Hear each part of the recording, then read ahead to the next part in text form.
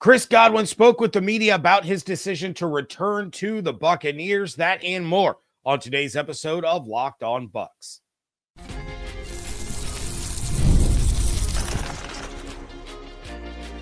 You are Locked On Buccaneers, your daily Tampa Bay Buccaneers podcast. Part of the Locked On Podcast Network, your team every day.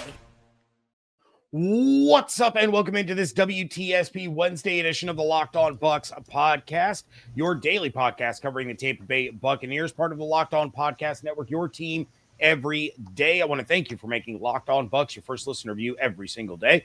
Don't forget you can subscribe or follow for free on YouTube or wherever you get your podcasts. And of course, you can follow along on Twitter. I am James Yarcho at JYarcho_Bucs. He is Evan Klosky at eKlosky WTSP. We are your credentialed members of the media covering the Tampa Bay Buccaneers. Of course, you can check out everything that Evan is doing on 10 Tampa Bay and at 10tampabay.com. You can find the show every Monday through Friday along with the everydayers. And for that, I want to share my appreciation for your continued support of the show. One of the ways you can support the show is become a Locked On Bucs insider. You're going to get news, rumors, updates, general thoughts, one-on-one conversations with me via text message. Go to joinsubtext.com/LockedOnBucs or click the link in the show notes to become an insider today. We are going to get Evan's thoughts on the addition of Haason Reddick, as well as the Bucs making two more moves on Tuesday, plus some free agents still on Evan's wish list after I went through mine on yesterday's live episode. But just like yesterday, let's start with Chris Godwin, because why wouldn't we start with Chris Godwin? It's Chris Godwin. So he and Jason Light held a press conference on Tuesday to discuss Godwin's 3-year, $66 million deal and his decision to stay in Tampa, leaving, as Jason Light put it, generational money on the table in order to return. Now, Godwin talked a lot about how much he and Mariah love it in Tampa, how it's been their home for the last 8 years. He talked about playing with Mike and Baker, and most of all, how he wants to win another championship with this franchise. So, Evan, I noticed you said on Twitter that the Bucs re-signing Godwin didn't surprise you. Now, I'm not going to lie, I was a little surprised given how things were trending leading into the open negotiating window, not for lack of trying on the Bucs side, but the rumored money that was being thrown around for Godwin. But in the end, what do you make of Godwin leaving that kind of money on the table? And do you think that decision was made because of how close this team is to a championship, on top of him mentioning he and Mariah and now their son Ace, they've made this their home for the last 8 years? Look, Chris Godwin ultimately said that his family has a large say in where he was going to go next, whether staying or leaving. 2, his intuition of what to do, which is something he said he's always trusted. And he's not somebody who is motivated by money. He's not somebody who listens to other people to generate opinions of what he should do. He genuinely loves it here. He said from the moment that he got selected here, and him and his wife came down to Tampa, just kids, he said, and grew to love this place and found out that it was going to be home. They're expanding their family now to uproot all of that, especially for him while he's in the middle of rehab from a very serious injury. If he would go to a new team, that rehab would then transfer over to their medical team and all that involves. But I think the best way to put it is that he genuinely does love Tampa. And Mike Evans did something very similar. The only difference with Mike is he didn't allow other teams to really court him. He just kind of stopped it and said to his agent, get it done. I want to be here. I want to stay. Chris's agent, was able to play the field a little bit. The market was hot. The supply out there for wide receivers was low, and Chris was arguably the best option. And multiple people, we know, because Chris confirmed it, that he left a ton of money on the table. That and also when we say leave a ton of money on the table, we don't know what that contract would have looked like. Let's say the Patriots offered him $390, right? We don't know where the guarantees are, the total money, all this stuff. So there could have been ways for them to exit out of that deal as well. Chris knows at least that the Buccaneers are going to do right by him for the most part, considering the history they have with their veterans of how they treated them. So you fill up your cup as an organization with players, and your resume is the amount of love and support you put into them throughout the time that they're there. And if the culture isn't correct, if the treatment isn't correct, if the trend of where the roster is going isn't correct, all of that plays into a part of leaving. But if all those things are good and we're just talking about money, well, then it comes down to the equation of, can money buy happiness? And I always go back to when I worked in Spokane and I covered Gonzaga, obviously, in Spokane.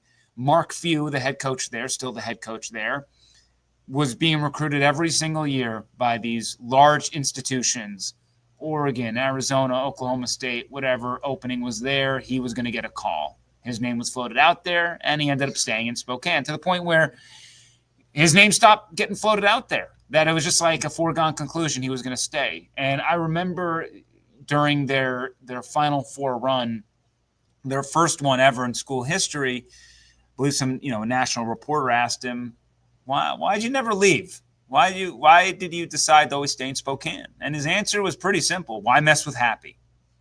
Why mess with Happy? And that's what I think it came down with Chris Godwin. He's happy. Why mess with it? Is money going to complicate things in my life that are so happy that I'm enjoying? It might. I don't know what his thing is. I don't know what the future holds, right? He lives very much in the present, in today. One of the most emotionally intelligent athletes I've ever come across, Chris Godwin. Going up to another location, there's a lot of unknowns.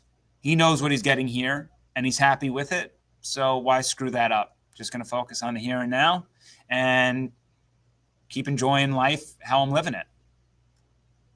Yeah, one of these episodes, because my biggest takeaway from the press conference, other than him talking about how great it is to play with Baker and to have a quarterback that he trusts, and I think that certainly played a factor in this decision. But we're going to have to break down his comments on Jalen McMillan, because watching him talk about Jalen McMillan, he looked like a proud older brother. And it was genuinely one of the coolest things that I have ever seen. So for those that didn't see it, yeah, it's on the Buccaneers YouTube page. Go check it out. But Chris Godwin just goes on and on. Yeah, about the background. He sent Jalen McMillan a long text message before the playoff game, just reaffirming support for him, belief in him. And again, that's why when it comes to the Buccaneers and like the C's you see on their chest, there are so many leaders in that locker room. And, ask any captain when they get named and we go through the same old question and answer session after it happens. They say, yeah, I'm going to wear the C, but there are so many people in that locker room that do the same stuff that I do. They just don't have the patch. Chris Godwin has had it before, didn't have it last year. I promise you that's not a rebuke on his leadership abilities. Sometimes just there are too many names right now. There are so many leaders on this team, and Chris is certainly one of them. He just so happens to be in the same locker room as Mike Evans, who his return to Tampa Bay should continue to solidify the fact that Mike Evans and Chris Godwin are one of the greatest wide receiver duos to ever play together in the National Football League. And they'll continue their legacy in that front. Yeah, not just in Tampa. We're talking about in NFL history. It's truly impressive. All right, if the Bucs are going to compete for a Lombardi, Haason Reddick might be a big reason why. That is coming up next on today's episode of Locked On Bucs, part of the Locked On Podcast Network, your team every day. This show is sponsored by BetterHelp. Taking care of your mental health can feel like a big investment, but it's just as important as taking care of your body. Traditional in-person therapy can cost anywhere from $100 to $250 per session. But with BetterHelp, you can save up to 50% per session. BetterHelp offers a flat fee for weekly online therapy sessions, making professional support more accessible, and more affordable. With over 30,000 therapists and over 5 million people helped, it's the world's largest online therapy platform. Your well-being is worth it. Visit BetterHelp.com/LockedOn today to get 10% off your first month. That's BetterHelp, HELP.com/LockedOn.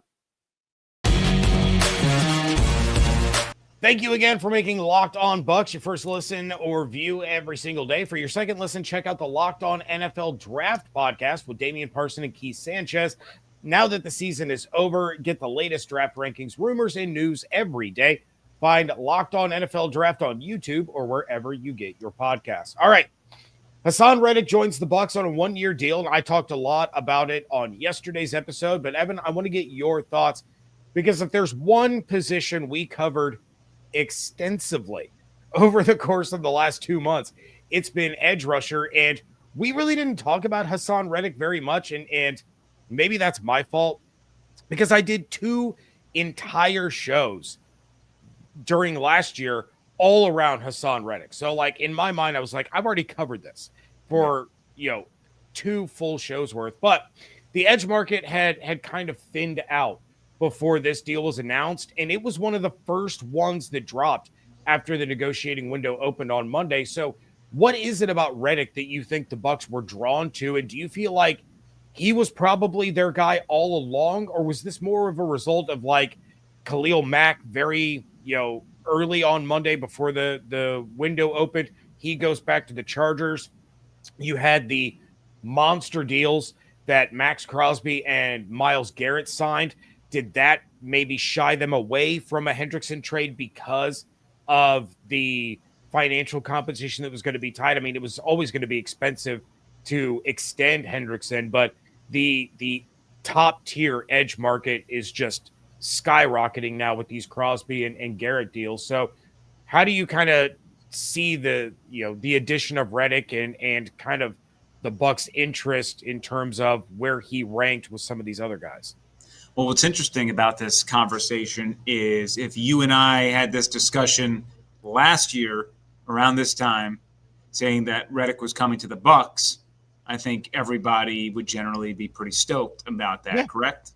From 2020 to 2024, or from 2020 to 2023, 50.5 sacks. Mm-hmm. He is exactly what the Buccaneers are looking for. Having said that, last season was an objective disaster from start to finish. Wants to go through the whole holdout thing, gets traded to the Jets. There's no contract in hand. He does the opening press conference. No OTAs, no preseason, no training camp, no preseason. Misses 7 games, then comes back. And he looked exactly how you would expect for somebody who was not in the throes of it for an entire year and then just thrust himself into NFL competition again. At least he did come back, right? At least he did play. It's not like a Le'Veon Bell situation where you sit out a whole year standing on business and then you come back and you just lost it. Like, goodbye. Now, there's still a chance. I think that the Reddick signing, first off, we got to talk about the contract. Great. When you talk about value, contract, what that is, there's no risk. Long term, the risk by this not hitting is that you're not a Super Bowl contender. Because to me, this, I've been preaching it for years now. Them being a Super Bowl contender hinges on what Todd Bowles said, getting that 4-man front, getting pressure, and doing what they have to do on the edge. So if they can get a motivated Haason Reddick to prove to everybody that he is not whatever the hell we saw last season, and he gets double-digit sacks, if he's a double-digit sack kind of guy, again,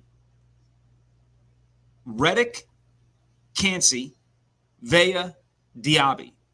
Now Diaby has got the Batman so he can be Robin. And Diaby then might creep close to double-digit himself if the gravity is elsewhere. So I am very interested to see what happens with Reddick. And there is a high ceiling. There is a high floor. There is a low floor. There's a high ceiling. And there's a lot of variance that can happen here. So I don't want to say that it's a slam dunk. The Bucs are Super Bowl contenders, but the move certainly trends them towards that way in the best case scenario. He doesn't need 16 sacks, right? I don't need him to have an all-pro 16 sack kind of season. If he does, awesome. Would welcome it. Highly suggest it. But otherwise, if he can just, again, prove to be the threat that we all know he was and trend towards double digits, I think, man, that would do wonders for the Buccaneers. And again, having the four-man front puts pressure on the quarterback in different ways. It alleviates some of the issues behind you that are problematic, at least at this current standing. As someone who follows the Jets far more closely than myself, or probably 99.999% of the listeners and viewers, correct me if I'm wrong. I'm going to give you what last year appeared to be from the outside looking in. The way that I understood it was Haason Reddick gets traded to the Jets with the understanding that there was going to be a contract. And he was holding out because the Jets make the trade and then say, no, there's no contract coming. We never said there was going to be a contract.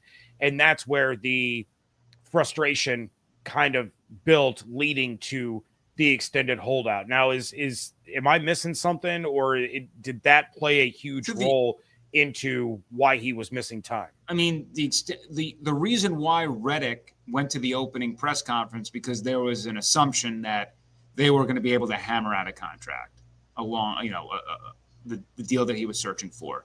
And the Jets essentially acquired him to continue negotiations.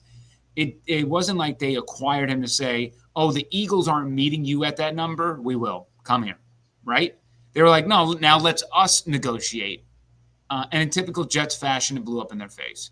But Reddick probably was, in hindsight, look, he stood on business, but it cost him money. That I understand you didn't get what you wanted, but now you're pretty much making the same amount of money a following year later that you were just making because you had the year that you had. So, you want to get your contract so you can avoid that situation. But, yeah, it just, and then he came back.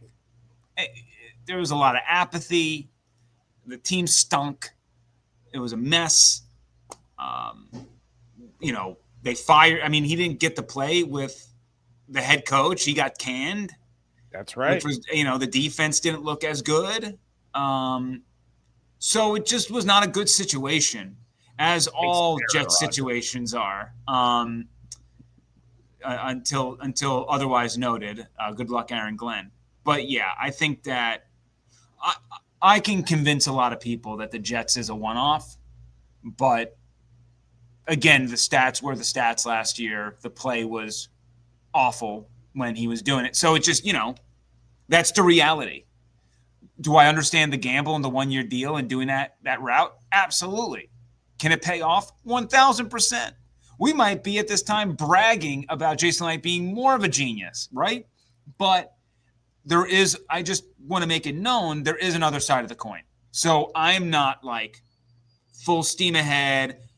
Choo-choo. Bucs are Super Bowl contenders. I think the move trends them in that way. And I just want the listeners and the viewers and everybody out there to know there is a really happy, optimistic side, and I suggest you lean right into it. But there is another side where I can't ignore it, and Reddick is going to have to prove what he's worth, and if he's that dude still. And for all of us here, I think we hope that he brings the juice, and if he does, watch out. Like, Buccaneers are a buy team, and I'm sure they will be sold lower than what they should be in the national eyes. All right. Well, a couple more moves were made by the Buccaneers, and there's still more to come. That is next on today's episode of Locked On Bucs. March Madness is here, and FanDuel is giving you the chance to get in on the action like never before. Right now, new customers can get $200 in bonus bets when your first $5 bet wins. That's $200 extra bucks to use on everything from buzzer beaters to Cinderella stories and even who's cutting down the nets. Now, I don't think my Fighting Illini are going to make as much noise as they did last year, but right now, Duke is the favorite at plus 330, followed by Auburn at plus 380, then Florida at plus 750, and Houston at plus 850. The FanDuel app is super easy to use, and when I win, I get paid instantly. No waiting around for those winnings to show up in my account. So visit FanDuel.com to get in on the college hoops action all tournament long. Wrapping things up here on the WTSP Wednesday edition of the Locked On Bucs podcast. And what is going to create Super Bowl buzz? What's going to get the boat parade weekend reserved is signing a punter, because that's what the Bucs just did. The Buccaneers, they needed it. They did need it in a bad way. But yeah, the Bucs made a couple of more moves on Tuesday. Anthony Nelson is returning on a 2-year, $10 million deal worth up to $12 million. And then they bring in former Broncos punter Riley Dixon on a 2-year deal worth $6 million. Punting, obviously a major issue last season. I think they went through about 17 punters over the course of 18 games. But I know, Evan, you had Nelson pegged as someone that you felt was gone. Like we talked about him a couple of times right before. In fact, it was our last episode where we ran through a bunch of the Bucs free agents, and you said if they were going to stay or go, you had Nelson going. Let it be known, I wasn't confident in that answer either. I said it depends on some moves. That is true. You nailed JTS. He's in Cleveland. R.I.P. Yeah. But talk about those two moves a little bit and what the Bucs did there. Well, look, I mean, again, it all depends. Like, are the Bucs going to bring back Shaq Barrett? But ultimately, let's look at the outside linebacker room. You have Reddick, Diaby, and then Braswell, Nelson. Maybe you bring back Shaq if you still think he's got a little bit. Ultimately, the Bucs want to have. I think last year, looking at my my roster prediction from last year, I think they took 6 outside linebackers into the season. So, having Nelson. Personally, I love Nelson as a 4, but the fact is, here's the thing with Nelly. He is Mr. Consistency. First off, he saved the season last year in Carolina, but he Todd Bowles always says he never sees Anthony Nelson get screwed up on a play action fake. And he knows what to do. He knows where to be. He puts his head down. He was one of the few players defensively last year that was able to suit up for, I think, every game. Durability has been awesome. He's been around the block here for a while. A lot of people can learn from him of just not the loudest guy in the room, but he gets his stuff done. So there's a lot to love about Nelly. You just were wondering if the market out there would have pushed his number up to a certain level where the Bucs weren't as comfortable. And you would say now you have 4 spots locked up. You can probably draft another one if you want. Mm-hmm. I would love – I still think there's a strong argument to be made that if like an Ezeraku is there, a Mike Green is there, that they should probably use their first-round pick on that. And then that would shift that – it would put that rookie in as the number 3, which I think is great. If you're a first-round talent, you can learn. And then you got Nelson as 4 and then Braswell as 5. And if Braswell can be something that, Jason Light, Todd Bowles, they were all pretty bullish on Braswell at the NFL Combine. But I got to see it because they were like, oh, yeah, he got better as the year went on. the snap counts don't indicate that you had more faith in him as the year went on. So to me, that's just words. I want to see it.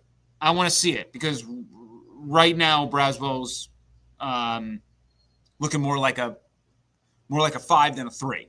So that's just what we saw in year one. And I do 1,000% understand it is so hard to evaluate pass rushers in their rookie season. It is, in my opinion, the hardest transition to make for any college kid to the NFL level. I think the pass rushing edge position is the toughest. Where we see production, that's my stance. I think cornerback is also one of those up there. Tight end, there are some things, but for my money, edge is one, and you have to be super special to be able to succeed right away.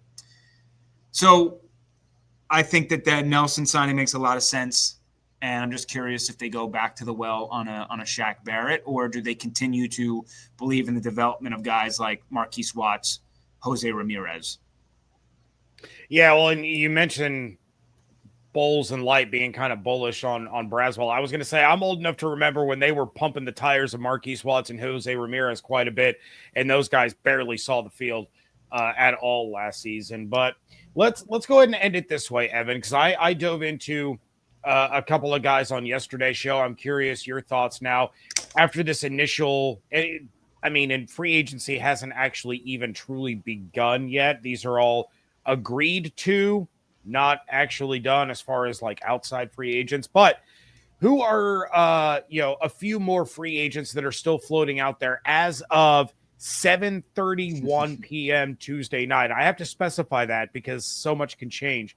But as we're recording this at 7:30 on Tuesday, who are a couple of these guys floating out there that you would like to see the Bucs make a run after to continue to upgrade this roster, whether it's a starter or upgrade the depth, because that was so crucial last year? Yeah, I don't know what kind of contract he would get, and he might be priced out, but the best cornerback available right now is probably Rasul Douglas. Veteran, been there, done that, loved what he did with the Packers. Also like some of the things he did in Buffalo.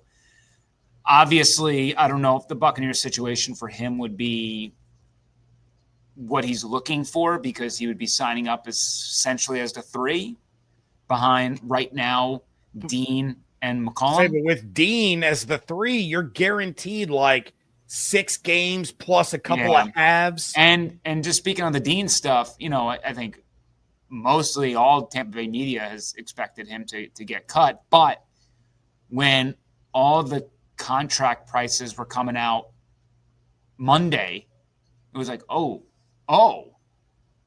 Dean's a pretty good deal, even if he's injury prone. And I think it made, and you need to have a successor in there anyway. But, to me, you got to get a third cornerback in. And I want people to understand that these names are not going to be exciting names, right? Like last year, they brought in like a Bryce Hall as their 3. Maybe this year it is like an Asante Samuel Jr. They're kind of running out of options here at corner. Mike Hilton is another name. So it's something along those lines. I want a veteran cornerback who's ready to slate in at number 3 so that Funderburk can be the 4 and continue to develop. Because I like Funderburk. Was thrust into action way too soon at a necessity. Zion McCollum had the same kind of experience in year 1, and I would have never thought that he would turn out to be the player that he is today. So, again, believe in the development program, but is Funderburk ready? Not 100% sure. Would like him to maybe not be in a role where he's going to see the field and continue to learn under another veteran. So I think, to me, that's the most important piece, because when you think about the draft, right now, defensive linemen, I think they'll be able to get a really strong defensive lineman to slot in behind Logan Hall for next season. Maybe Will Golston will run it back and be the 5 again, right? They need another inside linebacker, almost almost certain they're going to go to the draft on that position at this point. It's very thin out there. I think EJ Speed is he maybe the best option out there at the linebacker position? I would say Isaiah Simmons is still out there. I think. Yeah. So I mean, Jack Thompson's still out there. So I mean, and so not the greatest options, veteran options. I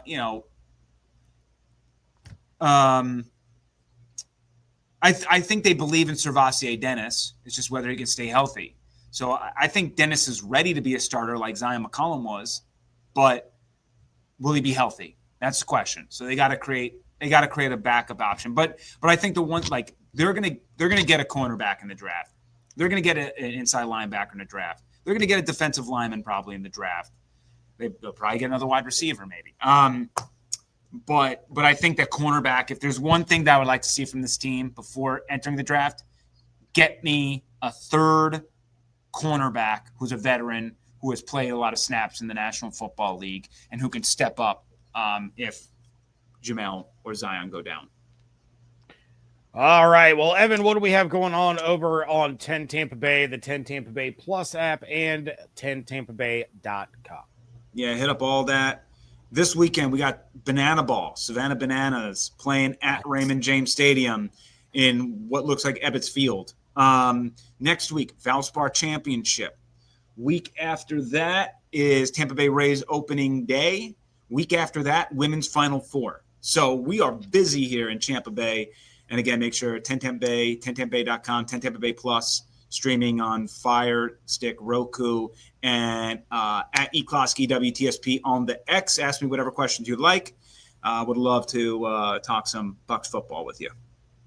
All right. Yeah, make sure you're checking all of that out. Make sure that you are following along on Twitter at Locked On Bucs, at JYarcho_Bucs, at eCloski WTSP. Make sure you are subscribed on YouTube with those notifications turned on, as well as wherever you get your podcasts. And of course, become a Locked On Bucs insider. Go to joinsubtext.com/LockedOnBucs or click the link in the show notes. Hope you all have an absolutely outstanding day. Stay safe, stay healthy, fire the cannons. Want to thank you so much for joining us right here on Locked On Bucs, part of the Locked On Podcast Network, your team every day.